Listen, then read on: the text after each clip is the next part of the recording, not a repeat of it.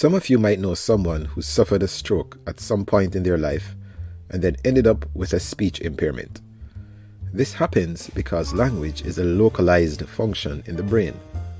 There are two language areas in the left hemisphere of the brain. Broca's area to the front, which handles language production, and Wernicke's area to the back, which handles language comprehension. It is thus possible to have a stroke which results in a patient being able to comprehend language but not produce it, or vice versa. Neither of these areas, however, appears to be exclusively in charge of language acquisition. One theory suggests that there is an undiscovered language acquisition device in the brain which regulates language development in babies and infants. This theory would be more compelling if there was at least some physical evidence of this acquisition device somewhere in the brain. The theory, which has gained the most notoriety, was developed by Professor Noam Chomsky in the 1950s.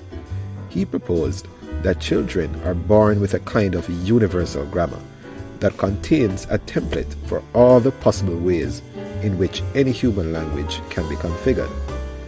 Think of it as a switchboard, where all the settings are set to neutral at birth.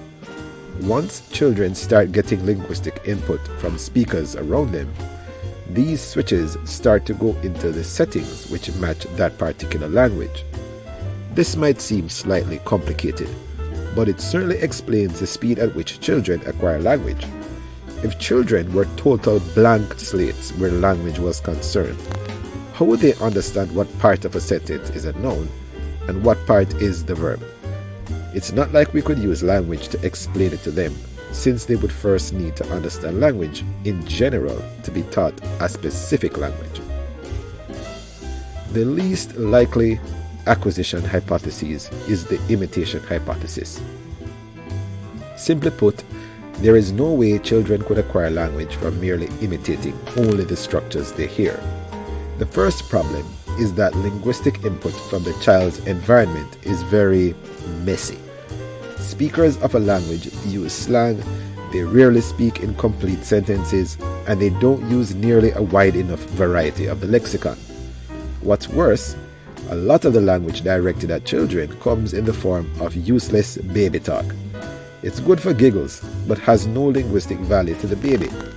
It's the empty calories of language. So, not only is the quantity of linguistic input insufficient for full acquisition, but so is the quality. The other problem is that children use words that they could not have heard in their environment. For example, the word goad as the past tense of go.